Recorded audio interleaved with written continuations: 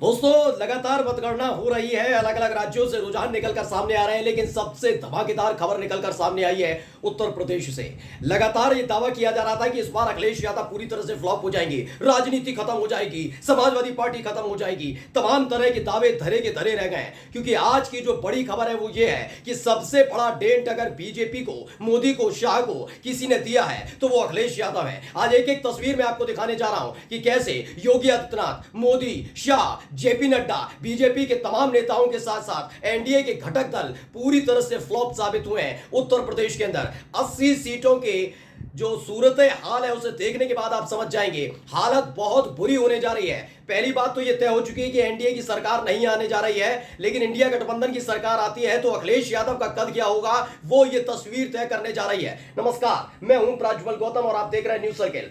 आपको लगातार ये खबर मिली रही थी कि जब से 5वें चरण का चुनाव हुआ था, छठे और 7वें चरण में लगातार अखिलेश यादव की अलग अलग तस्वीरें निकलकर सामने आ रही थी। जो अखिलेश समर्थक हैं या फिर समाजवादी पार्टी के समर्थक हैं या फिर जो अखिलेश यादव की कार्यशैली से, कार्य प्रणाली से, उनके काम से खुश हैं, उन्होंने साफ तौर पर अखिलेश यादव में एक तेजस्वी नेता के तौर पर देखा था। उन्होंने बताया था कि केंद्र में एक अहम भूमिका अखिलेश यादव निभाने जा रहे हैं और यह बात सच साबित होती हुई नजर आ रही है, क्योंकि उत्तर प्रदेश के अंदर बीजेपी समाजवादी पार्टी की आंधी में पूरी तरह से उड़ती हुई नजर आ रही है। सबसे पहले आंकड़ा देख लीजिए, न्यूज 24 ने दिखाया है मात्र एक सीट का अंतर रह गया है, यानी एक सीट के बाद इंडिया गठबंधन पूर्ण बहुमत की सरकार बनाने में पूरी तरह से काबिल हो जाएगी। दरअसल आपको बता दूं 543 सीटों पर चुनाव हुआ, जिनमें से 272 जो सीटें हैं वो जादुई आंकड़ा होता है। जादुई आंकड़ा का मतलब समझिए कि ये जादुई आंकड़ा ही तय करेगा कि किसकी सरकार आएगी किसकी नहीं। 272 सीटों की जरूरत होती है और 271 सीटों तक इंडिया गठबंधन पहुंच गया, मात्र एक सीट का अंतर रह गया है। वहीं अगर एनडीए की बात करें तो 250 सीटों पर बढ़त बनाई हुई है, यानी कुल मिलाकर अभी भी 22 सीटों का इन पर टोटा पड़ा हुआ है, इनके पास है नहीं सीटें। लेकिन अगर बात उत्तर प्रदेश की करते तो अब उत्तर प्रदेश पर नजर डाल लीजिए, एनडीए मात्र 32 सीटों पर आगे है। सोचिए, अकेले दम पर भारतीय जनता पार्टी ने 62 सीटें 2019 में जीती थी, समाजवादी पार्टी के खाते में मात्र 5 सीटें आई थी। 10 सीटें समाजवादी पार्टी के भरोसे बहुजन समाज पार्टी ने जीती थी। लेकिन अब इस बार हालत क्या है, अखिलेश यादव और राहुल गांधी यानी कांग्रेस और समाजवादी पार्टी के बीच गठबंधन है। एनडीए 32 सीटों पर, सिर्फ 32 सीटों पर बढ़त बना रहा है। एनडीए, साफ साफ सुनिएगा, एनडीए का मतलब इसमें बीजेपी भी है, इसमें सुभाषपा भी है, इसमें अपना दल भी है, संजय निषाद की पार्टी भी है। ये तमाम दल मिलाने के बावजूद भी 32 सीटों पर सिर्फ बढ़त है। वहीं अगर आप इंडिया गठबंधन की बात करेंगे तो 48 सीटों पर बढ़त है, 48 सीटें हैं जिस पर बढ़त बनी हुई है। ये न्यूज 24 का आंकड़ा है, यानी कि 50 से ऊपर इंडिया गठबंधन उत्तर प्रदेश में जीतने जा रहा है, जिसने बहुत बड़ा डेंट दिया है। और ये क्यों जरूरी हो गया है अब मैं आपको आगे आकर समझा देता हूं। दरअसल आपको याद होगा, राम मंदिर की प्राण प्रतिष्ठा को लेकर जिस तरह का जिद्दी रवैया अख्तियार किया गया मोदी की तरफ से, शाह की तरफ से, बीजेपी की तरफ से, जबकि शंकराचार्य मना कर रहे थे। और जब शंकराचार्य ने मना किया तो उनको ही अपमानित करने का काम किया जा रहा था, जिस पर अखिलेश यादव उखड़ गए थे। और जब अखिलेश यादव ने इस पर वार किया था कि ऐसा कैसे, आप राजनीतिक व्यक्तित्व हैं, सनातन परंपरा के सर्वोच्च पद पर बैठे हुए शंकराचार्य को कैसे अपमानित किया जा सकता है। आपकी पार्टी के सपोर्टर लगातार उन्हें अपमानित कर रहे हैं। लेकिन मोदी जी इस राम मंदिर की प्राण प्रतिष्ठा के नाम पर न केवल हिंदू समुदाय के ब्रांड एम्बेसडर बनना चाहते थे, बल्कि वो सोच रहे थे कि पूरे देश के जितने भी हिंदू समुदाय से जुड़े हुए लोग हैं उनका वोट बीजेपी को ही जाएगा, मोदी को ही जाएगा। यहां एक करारा झटका लगा है। अखिलेश यादव को बदनाम करने के लिए, उन पर तंज कसने के लिए लगातार मोदी ने, अमित शाह ने बाबरी ताले का जिक्र किया था। चुनाव आयोग ने गाइडलाइंस जारी की थी, उनकी धज्जियां उड़ाई थी, लेकिन चुनाव आयोग ने कुछ नहीं कहा था। लेकिन जनता सब समझ रही थी।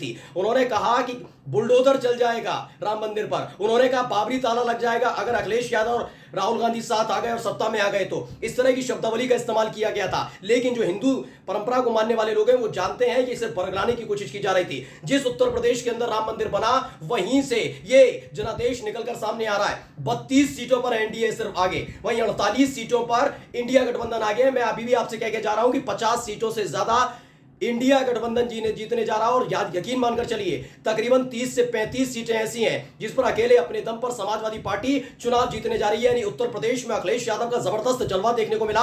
योगी आदित्यनाथ, कभी मुख्तार अंसारी, कभी अतीक अहमद, कभी अशरफ का जिक्र करना, कभी बुलडोजर का जिक्र कर देना, इस जिक्र के नाम पर वो लगातार बढ़त बनाने की कोशिश कर रहे थे। लेकिन देखिए हालत यहां पर पस्त हो गई।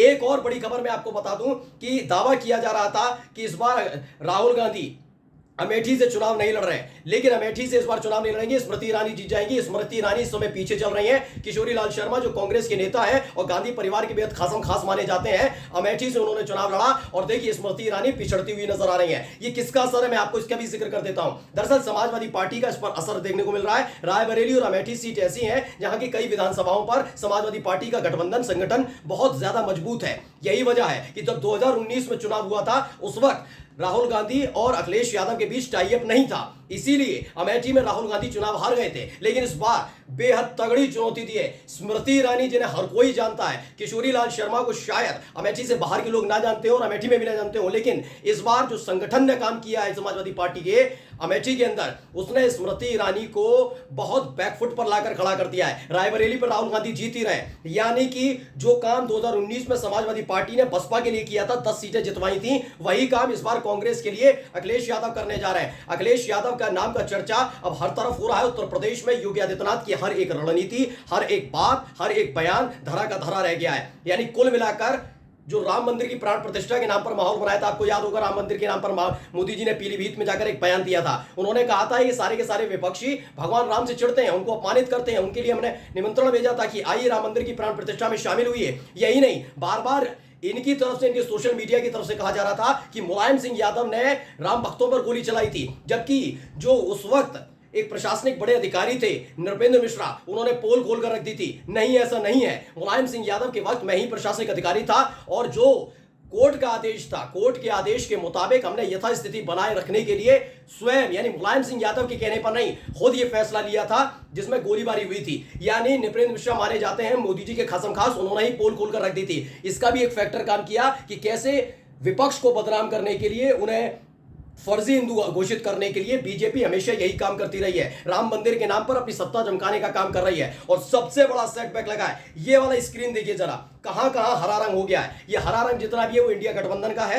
इसमें ज्यादातर सीटें समाजवादी पार्टी जीतने जा रही है। बढ़त है। ये इंडिया टीवी का सर्वे है, इसमें बताया गया सर्वे क्या रुझान है, लगातार जो ईवीएम खोल रही है उसकी एक तस्वीर निकलकर सामने आई है, जिसमें बताया गया कि इंडिया गठबंधन लगातार तेज रफ्तार से बढ़ती जा रही है। लेकिन इसमें सबसे खास बात यह है कि अखिलेश यादव, जिनको लेकर कयास लगाए जा रहे थे कि इसके बाद, क्योंकि मोदी जी ने बयान भी दिया था कि 4 जून के बाद 6 महीने के भीतर परिवारवादी पार्टियां खत्म हो जाएगी, उनका सीधा सीधा आशय अखिलेश यादव को लेकर था। लेकिन अखिलेश यादव का जादू इस बार उत्तर प्रदेश में जबरदस्त तरीके से देखने को मिला है और ये परिणाम में तब्दील होने जा रहा है। तो समझ लीजिएगा 2027 में उत्तर प्रदेश में जब चुनाव होंगे तो उस वक्त बोरिया बिस्तरा जैसे समेटने वाला है उत्तर प्रदेश देश से, यानी केंद्र की सत्ता से बीजेपी का, वैसे ही हालत उत्तर प्रदेश में होने जा रही है। यानी आप अग्रिम बधाई सिर्फ समाजवादी पार्टी को इसलिए नहीं दे सकते हैं कि 80 सीटों में से ज्यादातर सीटें समाजवादी पार्टी ने जीत ली हैं, बल्कि अग्रिम बधाई अखिलेश यादव को दे सकते हैं कि 2027 में अगर वो केंद्र में नहीं जाते और उत्तर प्रदेश में रहते हैं, उत्तर प्रदेश की राजनीति में सक्रिय रहते हैं, इंडिया गठबंधन की जीत के बाद उनका क्या